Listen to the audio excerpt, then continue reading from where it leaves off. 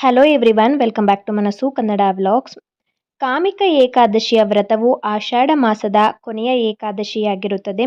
ಈ ಕಾಮಿಕ ಏಕಾದಶಿಯ ವ್ರತವನ್ನು ಆಚರಿಸುವುದರಿಂದ ವ್ಯಕ್ತಿಯ ಎಲ್ಲ ರೀತಿಯ ಇಷ್ಟಾರ್ಥಗಳು ಈಡೇರುತ್ತವೆ ಅನ್ನುವ ನಂಬಿಕೆ ಇದೆ. ಆದ್ದರಿಂದ ಈ ಏಕಾದಶಿಯ ಉಪವಾಸದ ವ್ರತವನ್ನು ಆಚರಣೆಯನ್ನು ಮಾಡಲಾಗುತ್ತದೆ. ಇನ್ನು ಈ ಕಾಮಿಕ ಏಕಾದಶಿ ಎಂದು ಉಪವಾಸವನ್ನು ಮಾಡುವುದರಿಂದ ಅರ್ಧಕ್ಕೆ ನಿಂತು ಹೋದಂತಹ ಕೆಲಸಗಳು ಅಥವಾ ಅಪೂರ್ಣಗೊಂಡಂತಹ ಕೆಲಸಗಳು ಪೂರ್ಣಗೊಳ್ಳುತ್ತವೆ ಅನ್ನುವ ಒಂದು ನಂಬಿಕೆ ಕೂಡ ಇದೆ. ಭಗವಂತನು ಉಪವಾಸ ಮಾಡುವವರ ಅಂದರೆ ಏಕಾದಶಿ ಉಪವಾಸದ ವ್ರತವನ್ನು ಆಚರಣೆ ಮಾಡುವವರ ಪೂರ್ವಜರ ಸಂಕಷ್ಟಗಳನ್ನು ದೂರ ಮಾಡುತ್ತಾನೆ. ಹಾಗೆಯೇ ಈ ಏಕಾದಶಿಯ ಉಪವಾಸದ ವ್ರತದ ಫಲವು ತೀರ್ಥಸ್ಥಾನದ ಫಲ ಹಾಗೂ ಅಶ್ವಮೇಧ ಯಾಗದ ಫಲಕ್ಕೆ ಸಮನಾಗಿರುತ್ತದಂತೆ. ಶ್ರೀಹರಿಯನ್ನು ತುಳಸಿಯಿಂದ ಪೂಜಿಸಿ ಏಕಾದಶಿಯ ಕಥೆಯನ್ನು ಕೇಳಿದರೆ ಎಲ್ಲ ರೀತಿಯ ತೊಂದರೆಗಳು ಕೂಡ ದೂರವಾಗುತ್ತವೆ. ಈ ಬಾರಿ ಆಷಾಢ ಮಾಸದ ಕೊನೆಯ ಏಕಾದಶಿಯು ಯಾವ ದಿನ ಬಂದಿದೆ, ಹಾಗೆಯೇ ಏಕಾದಶಿಯ ತಿಥಿಯು ಯಾವಾಗ ಮುಕ್ತಾಯವಾಗಿ ಯಾವಾಗ ಅಂತ್ಯವಾಗುತ್ತದೆ, ಜೊತೆಗೆ ಆ ದಿನದಂದು ಏಕಾದಶಿಯ ಪೂಜೆಯನ್ನು ಕಾಮಿಕ ಏಕಾದಶಿಯ ಪೂಜೆಯನ್ನು ಯಾವ ರೀತಿಯಾಗಿ ಆಚರಣೆಯನ್ನು ಮಾಡಬೇಕು, ಉಪವಾಸವನ್ನು ಹೇಗೆ ಮಾಡಬೇಕು, ಉಪವಾಸವನ್ನು ಹೇಗೆ ಮುಕ್ತಾಯ ಮಾಡಬೇಕು, ಯಾವ ಸಮಯದಲ್ಲಿ ಉಪವಾಸವನ್ನು ಮುಕ್ತಾಯಗೊಳಿಸಬೇಕು ಎಲ್ಲವನ್ನು ಕೂಡ ಸಂಪೂರ್ಣವಾಗಿ ಇವತ್ತಿನ ವಿಡಿಯೋದಲ್ಲಿ ತಿಳಿದುಕೊಳ್ಳೋಣ. ಆಗಸ್ಟ್ 9ನೇ ತಾರೀಕು ಭಾನುವಾರದಂದು ಕಾಮಿಕ ಏಕಾದಶಿಯು ಬಂದಿದೆ. ಏಕಾದಶಿಯ ತಿಥಿಯು ಆಗಸ್ಟ್ 8ನೇ ತಾರೀಕು ಶನಿವಾರ ಮಧ್ಯಾಹ್ನ 1:59 ಪ್ರಾರಂಭವಾಗುತ್ತದೆ. ಆಗಸ್ಟ್ 9ನೇ ತಾರೀಕು ಭಾನುವಾರ ಬೆಳಗ್ಗೆ 11:04 ಮುಕ್ತಾಯವಾಗುತ್ತದೆ. ಸೂರ್ಯ ಉದಯದ ತಿಥಿಯನ್ನು ಗಣನೆಗೆ ತೆಗೆದುಕೊಂಡರೆ ಆಗಸ್ಟ್ 9ನೇ ತಾರೀಕು ಭಾನುವಾರ ಈ ಬಾರಿ ಕಾಮಿಕ ಏಕಾದಶಿಯ ಆಚರಣೆಯನ್ನು ಮಾಡಬೇಕು. ಏಕಾದಶಿಯ ಇಂದಿನ ದಿನ ದಶಮಿಯ ರಾತ್ರಿಯಿಂದಲೇ ನಾವು ಏಕಾದಶಿಯ ಉಪವಾಸದ ವ್ರತದ ಆಚರಣೆಯನ್ನು ಪ್ರಾರಂಭವನ್ನು ಮಾಡಬೇಕು. ದಶಮಿಯ ರಾತ್ರಿಯಂದು ಯಾವುದೇ ಒಂದು ಮಾಂಸಾಹಾರದ ಸೇವನೆಯನ್ನು ಮಾಡಿರಬಾರ್ದು. ಲಘುವಾದ ಮಿತವಾದ ಆಹಾರದ ಸೇವನೆಯನ್ನು ಮಾಡಿರಬೇಕು. ಮಾರನೇ ದಿವಸ ಏಕಾದಶಿ ಎಂದು ಬೆಳಗ್ಗೆ ಬೇಗನೆ ಎದ್ದು ಸ್ನಾನವನ್ನು ಮಾಡಿ ಶುದ್ಧವಾದ ಬಟ್ಟೆಯನ್ನು ಧರಿಸಿ ಏಕಾದಶಿಯ ಪೂಜೆಯನ್ನು ಮಾಡಬೇಕು. ನಿಮ್ಮಲ್ಲಿ ವಿಷ್ಣುವಿನ ವಿಗ್ರಹ ಅಥವಾ ವಿಷ್ಣುವಿನ ಫೋಟೋ ಇದ್ದರೆ ಇಟ್ಟು ಪೂಜೆಯನ್ನು ಮಾಡಬಹುದು. ವಿಷ್ಣುವಿನ ಫೋಟೋ ಇಲ್ಲ ಅಂದರೆ ವಿಷ್ಣುವಿನ ಅವತಾರವಾದ ರಾಮ, ಕೃಷ್ಣನ ಫೋಟೋವನ್ನು, ಶ್ರೀಮನ್ನಾರಾಯಣ, ವೆಂಕಟೇಶ್ವರ ಸ್ವಾಮಿಯ ಫೋಟೋವನ್ನು ಇಟ್ಟು ಕೂಡ ನೀವು ಪೂಜೆಯನ್ನು ಸಲ್ಲಿಸಬಹುದು. ವಿಗ್ರಹಗಳು ಇರುವಂಥವರು ಆ ದಿನ ಮರೆಯದೆ ಅಭಿಷೇಕವನ್ನು ಮಾಡಿ ಪೂಜೆಯನ್ನು ಸಲ್ಲಿಸಿ, ನೈವೇದ್ಯವನ್ನು ಅರ್ಪಿಸಿ, ಧೂಪ ದೀಪವನ್ನು ತೋರಿಸಿ ಪೂಜೆಯನ್ನು ಮಾಡಿ ಮಹಾಮಂಗಳಾರತಿಯನ್ನು ಮಾಡಿ, ಹಾಗೆಯೇ ಉಪವಾಸದ ಸಂಕಲ್ಪವನ್ನು ಮಾಡಿ ಯಥಾಶಕ್ತಿಗೆ ಅನುಸಾರವಾಗಿ ಏಕಾದಶಿ ಉಪವಾಸದ ವ್ರತದ ಆಚರಣೆಯನ್ನು ಮಾಡ್ತಾ ಇದ್ದೀನಿ ಅಂತ ಕೇಳಿಕೊಂಡು ಏಕಾದಶಿಯ ಉಪವಾಸದ ಆಚರಣೆಯನ್ನು ಪ್ರಾರಂಭವನ್ನು ಮಾಡಿ. ಬೆಳಗ್ಗೆಯಿಂದ ರಾತ್ರಿಯವರೆಗೂ ಕೂಡ ಏನನ್ನು ತಿನ್ನದೆ ಉಪವಾಸ ಇರಬೇಕು.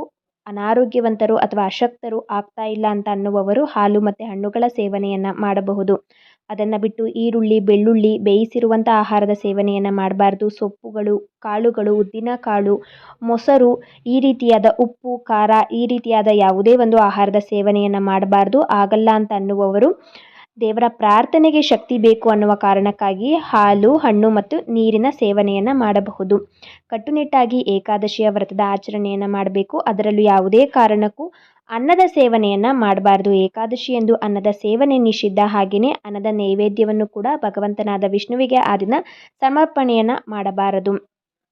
ಬೆಳಗ್ಗೆಯಿಂದ ರಾತ್ರಿಯವರೆಗೂ ಕೂಡ ಉಪವಾಸವಿರಬೇಕು. ಹಾಗೆ ರಾತ್ರಿ ಮತ್ತೊಮ್ಮೆ ವಿಷ್ಣುವಿನ ಪೂಜೆಯನ್ನು ಮಾಡಬೇಕು. ನಿಮಗೆ ಸಾಧ್ಯ ಆದರೆ ರಾತ್ರಿ ಪೂರ್ತಿ ಏಕಾದಶಿ ಎಂದು ಜಾಗರಣೆಯನ್ನು ಕೂಡ ಮಾಡಬಹುದು. ಇನ್ನು ಮಾರನೇ ದಿವಸ ದ್ವಾದಶಿ ಎಂದು ಉಪವಾಸವನ್ನು ಬಿಟ್ಟು ಊಟವನ್ನು ಮಾಡಬೇಕು. ನಮಗೆ ಆಗಸ್ಟ್ 9ನೇ ತಾರೀಕು ಕಾಮಿಕ ಏಕಾದಶಿ ಬಂದಿರುವಂಥದ್ದು. ಹಾಗೆಯೇ ಆಗಸ್ಟ್ 8ನೇ ತಾರೀಕು ಶನಿವಾರ ರಾತ್ರಿಯಿಂದಲೇ ಉಪವಾಸವಿರಬೇಕು. ಶನಿವಾರ 8ನೇ ತಾರೀಕು ಆಗಸ್ಟ್ 8ನೇ ತಾರೀಕು ಶನಿವಾರ ದಶಮಿಯಂದು ರಾತ್ರಿ ಲಘುವಾದ ಆಹಾರದ ಸೇವನೆಯನ್ನು ಮಾಡಿ ಮಾರನೇ ದಿವಸ ಆಗಸ್ಟ್ 9ನೇ ತಾರೀಕು ಭಾನುವಾರ ಕಾಮಿಕ ಏಕಾದಶಿ ಎಂದು ಬೆಳಗ್ಗೆಯಿಂದ ರಾತ್ರಿಯವರೆಗೂ ಕೂಡ ಸಂಪೂರ್ಣವಾಗಿ ಉಪವಾಸವಿರಬೇಕು. ರಾತ್ರಿಯೂ ಕೂಡ ಏನನ್ನೂ ಸೇವನೆಯನ್ನು ಮಾಡಬಾರದು. ಮಾರನೇ ದಿವಸ ಆಗಸ್ಟ್ 10ನೇ ತಾರೀಕು ದ್ವಾದಶಿಯಂದು ಪಾರಣಾ ಸಮಯದಲ್ಲಿ ನಾವು ಉಪವಾಸವನ್ನು ಬಿಟ್ಟು ಊಟವನ್ನು ಮಾಡಬೇಕು. ಆಗಸ್ಟ್ 10ನೇ ತಾರೀಕು ಕಾಮಿಕ ಏಕಾದಶಿಯ ಪಾರಣಾ ಸಮಯ ದ್ವಾದಶಿ ದಿನಕ್ಕೆ ಬಂದಿರುವಂಥದ್ದು. ಆ ದಿನ ಬೆಳಗ್ಗೆ 6:07 8 ಗಂಟೆಯ ತನಕ ಇರುತ್ತದೆ.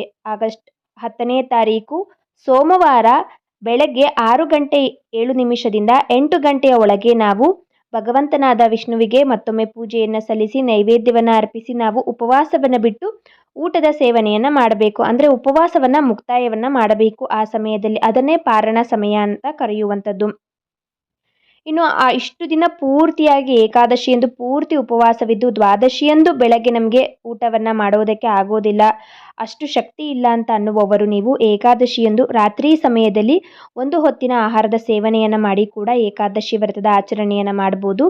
ಅಂದರೆ ಬೆಳಗ್ಗೆಯಿಂದ ರಾತ್ರಿಯವರೆಗೂ ಕೂಡ ಉಪವಾಸವಿರಬೇಕು. ರಾತ್ರಿಯ ಸಮಯದಲ್ಲಿ ನೀವು ಆಹಾರದ ಸೇವನೆಯನ್ನು ಮಾಡಬೇಕು. ಅದು ಕೂಡ ಮಿತವಾದ ಲಘುವಾದ ಆಹಾರದ ಸೇವನೆಯನ್ನು ಮಾಡಬೇಕು. ಅನ್ನದ ಸೇವನೆಯನ್ನು ಮಾಡಬಾರ್ದು, ಮಾಂಸಾಹಾರದ ಸೇವನೆಯನ್ನು ಮಾಡಬಾರ್ದು. ಹಾಗೆಯೇ ಈರುಳ್ಳಿ, ಬೆಳ್ಳುಳ್ಳಿ, ಈ ರೀತಿಯಾದ ಕಾಳುಗಳು, ಉದ್ದಿನ ಕಾಳು, ಈ ರೀತಿಯ ಒಂದು ಆಹಾರದ ಸೇವನೆಯನ್ನು ಕೂಡ ರಾತ್ರಿಯ ಸಮಯದಲ್ಲಿ ಮಾಡಬಾರದು.